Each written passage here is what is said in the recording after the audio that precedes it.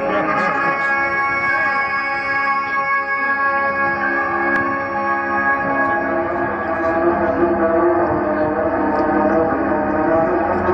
suspect that this sight just coming before us from the right is what a lot of people have come to this air show just to see.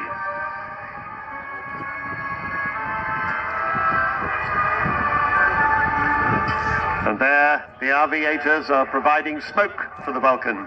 She doesn't normally have smoke. An indication of how easy to handle the Vulcan is.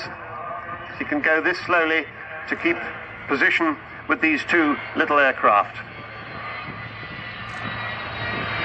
In fact, they're making more noise than she is.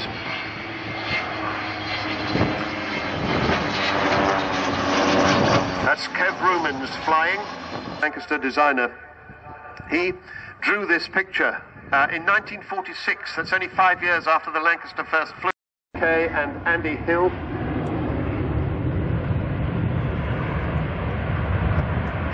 You just get a little suspicion of Vulcan's engines slightly opening up. She was painted white, nuclear, anti-nuclear flash, and then when she stopped doing that and became a low-level convention. This aircraft was made in 1960, so she had her 53rd birthday last Saturday.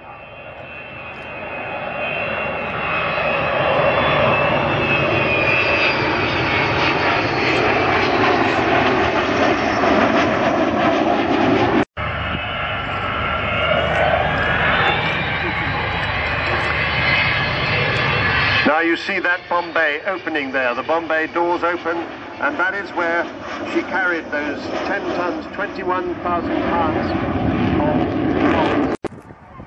Somehow you don't expect a big manta ray like that to do those kind of maneuvers.